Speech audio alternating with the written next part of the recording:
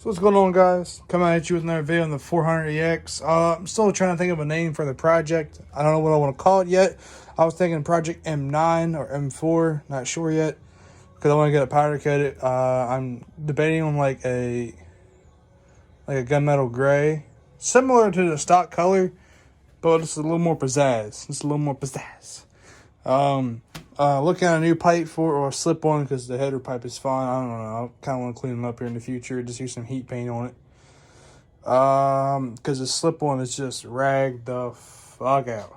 It's just rebuilt together. It's just patch panel together, which is fine. It works. I took the silencer out of it. You already seen the little plate here. That's hit the door. But what we're actually here for today is a new Tusk axle came in. Well, I bought it off my buddy. Josh TRX guy. Look at him up. He's got a nice 250R. He's been building. Got a couple riding videos on it. So pretty much as I just put this axle in about 15 minutes ago. I wish I filmed it. I should have. But always like my film process is like super hard to do because I don't have a tripod here in the shop. It's over at my cousin's house. We just loan it to each other, and he's using it right now for his riding videos of a Tomahawk. So I'm just kind of going off the phone, and it's weird for placements on the phone. So other than that, we got a new axle in, and I'm missing one thing. I can use my stock one, but I don't know if I really want to use this little tiny thing in this brand new axle from Tusk. I'm also I'm gonna get anti-vibe bolt locking nut for the brake hub. I just repainted this hub. Looks pretty sharp.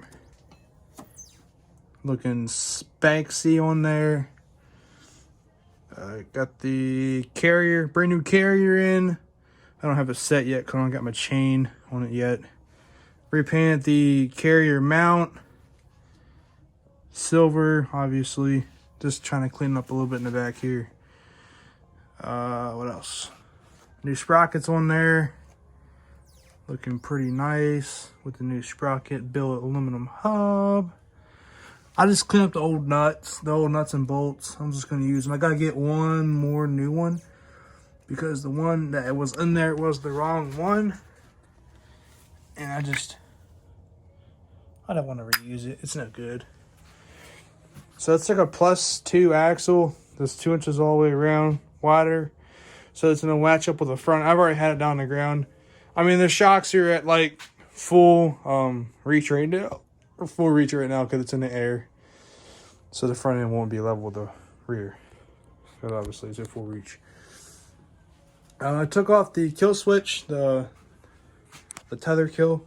Put this ring back up here so I don't lose it. There's our old nut, but I ain't gonna use it. It don't even really reach to the right width.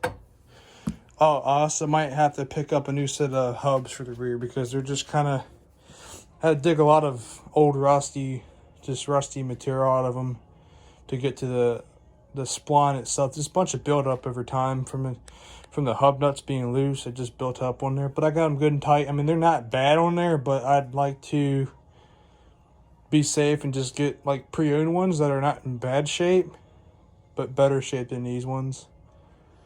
I'm gonna maybe look into a new disc because they got ridden for a long time with these pads are just gone. So I also took off the emergency block off plate today. So I'm gonna order a LSR1, just like on the Project Lockjaw. Took the cable all out. It was already disconnected, just the cable wasn't pulled and it still had the plate on there. So I took that off today. And I took off the kill tether off the handlebars.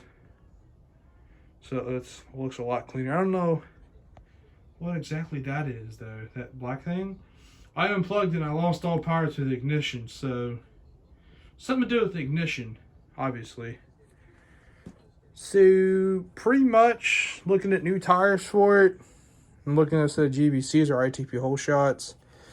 I have a mixture of both on Project Lockjaw and they look pretty damn good on there. I was just thinking GBCs all around though, because just the rear GBCs just look like the Maxxis Razor 2s. and they just look meaty as shit. And I like that. That aggressive looks really good on the 400s.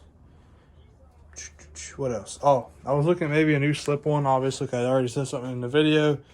Either a Lex, FMF, or a HMF, or a Yoshimir. They're all pretty expensive. The Lex is like the cheapest one I've found, and it don't look bad. It's not really that name brand of a part yet. Like it's out, it's been out, but like not. You don't see a lot. You don't see it used a lot on other quads.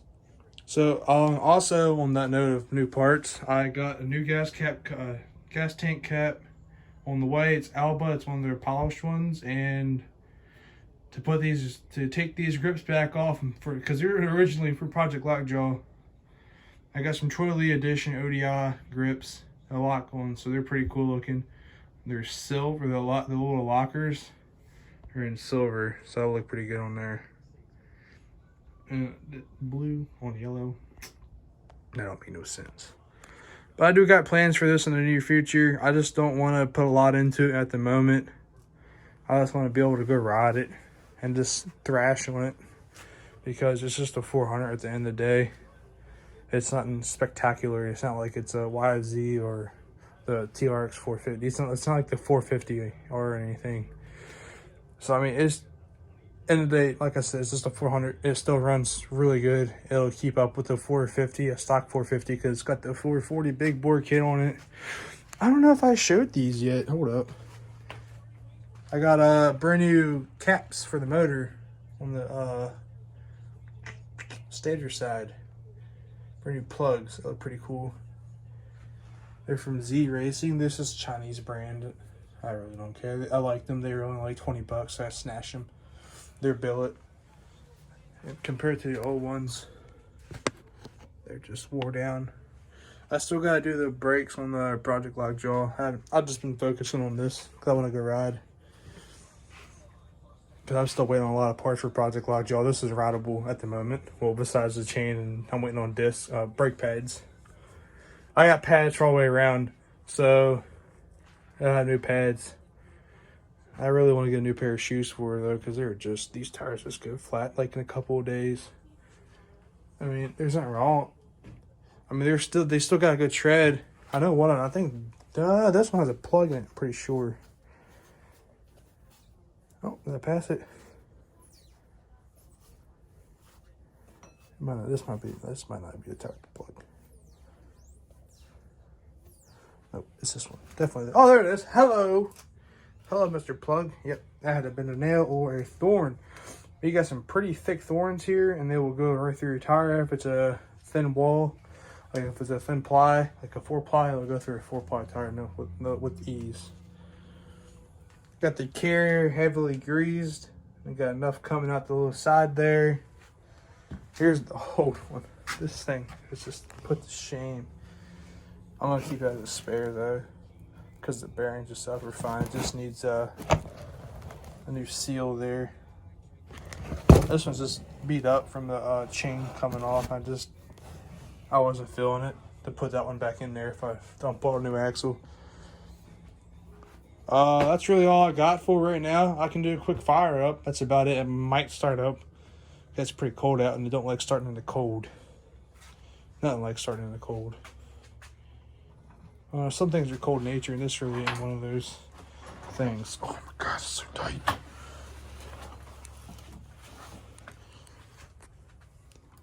Turn the key on. Reach over here.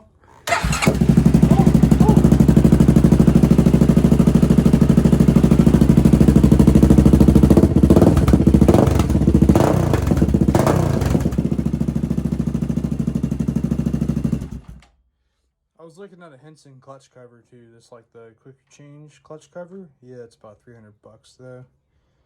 Just for the quick change, I am in the cover. So I don't know about that yet. I did see some pretty cool looking oil filter caps. So I might be looking into those. I just like scouring through eBay on parts on this because parts are endless. Like I said before, it's got the Elka suspension. I don't know what stage it is though. I wish I did. I don't know if it's like a stage 1 setup because the piggybacks aren't on the shock. It's part of the frame. Well, not part of the frame, but you mount them to the frame. I'm going to get the A-arms repowder coated. Take these stickers off and just order new Lone Star stickers for it.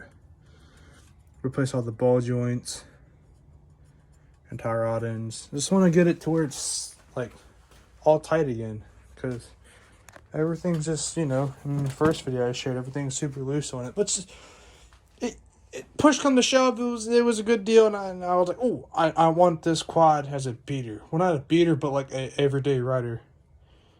I got that everyday rider, because I don't want to ride the Raptor every day. I don't want to beat it up on it too much. I'm going to show it off here and there. But alright guys, stay tuned for more videos on this machine. I promise you, next video is going to be a ride video. I guarantee it. I'm going to use a tripod. It's going to be hard for me to do it because I'm probably going to be doing this by myself. But I promise y'all, it's going to be a ride video next video. Alright y'all, peace.